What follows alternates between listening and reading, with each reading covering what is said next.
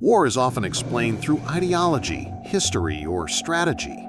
But what if the primary motive is simpler and far more brutal? What if it's about money? We're about to follow the money trail that leads to war. If you think that's a story worth telling, invest a click, hit like, share this video, and subscribe. It costs you nothing, but it's the capital that fuels this channel and helps us bring you the real story. This is the Donbas, Ukraine's industrial heartland, and for Russia, it represents one of the greatest economic prizes of the 21st century. Forget the official pretexts. The war for the Donbas is a story of finance, resources, and economic warfare. It's a calculated strategy to seize trillions of dollars in assets and, in the process, permanently bankrupt a sovereign nation. This isn't just a military invasion, it's the most hostile takeover in modern history. To understand Russia's financial motive, you first have to understand what the Donbas was worth to Ukraine. Before the first shots were fired in 2014, this region was the undisputed engine of the Ukrainian economy. The numbers speak for themselves. In 2013, the Donbas accounted for 14.5% of Ukraine's entire GDP. It attracted over 15% of the country's capital investment and, most critically, generated nearly 30% of all of Ukraine's exports. For decades, metallurgy and mining made the region a key driver of Ukraine's economy. It was the country's productive core, providing raw materials like coal and steel to international manufacturing industries. To lose the Donbas wasn't just to lose territory, it was to lose the financial bedrock of the state.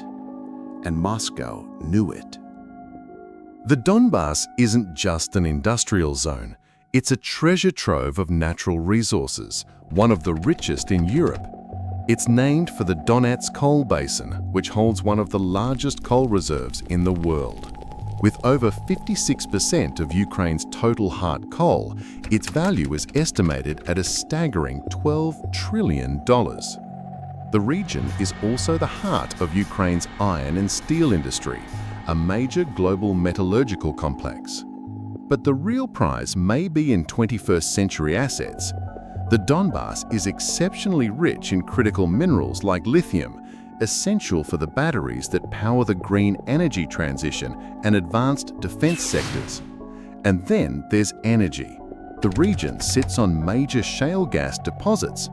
In 2012, Shell signed a deal with Shell to develop the Yuzovska gas field, a move that would have drastically reduced its energy dependence on Russia. The war in 2014 killed that deal. When you add it all up, the financial stakes are astronomical.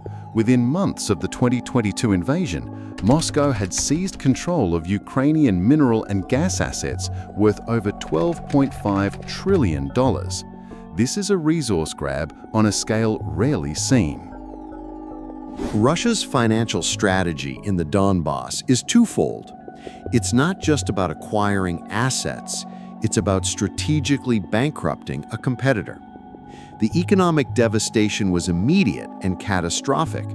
Just months after the conflict began in 2014, industrial production in Donetsk had fallen by 60%, and in Luhansk by a staggering 85%.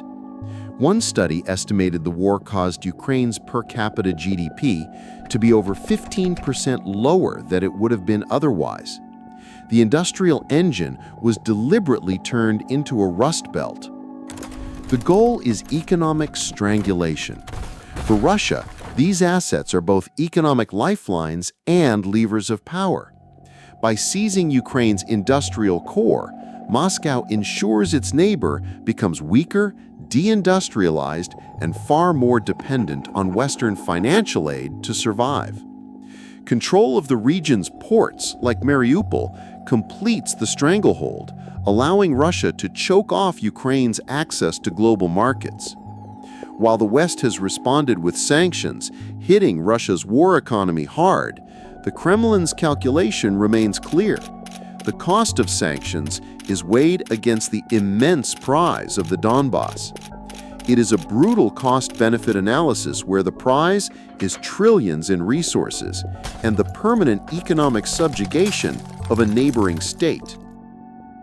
When viewed through a financial lens, the war for the Donbas is no longer a complex geopolitical puzzle. It is a clear-cut case of economic aggression.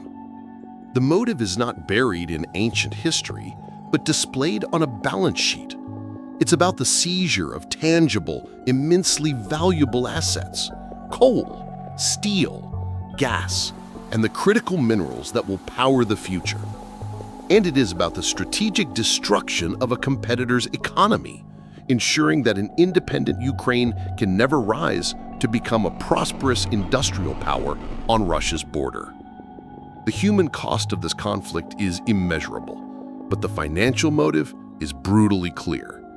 The war for the Donbas is a war for wealth, a war for resources, and a war to control the economic destiny of a nation.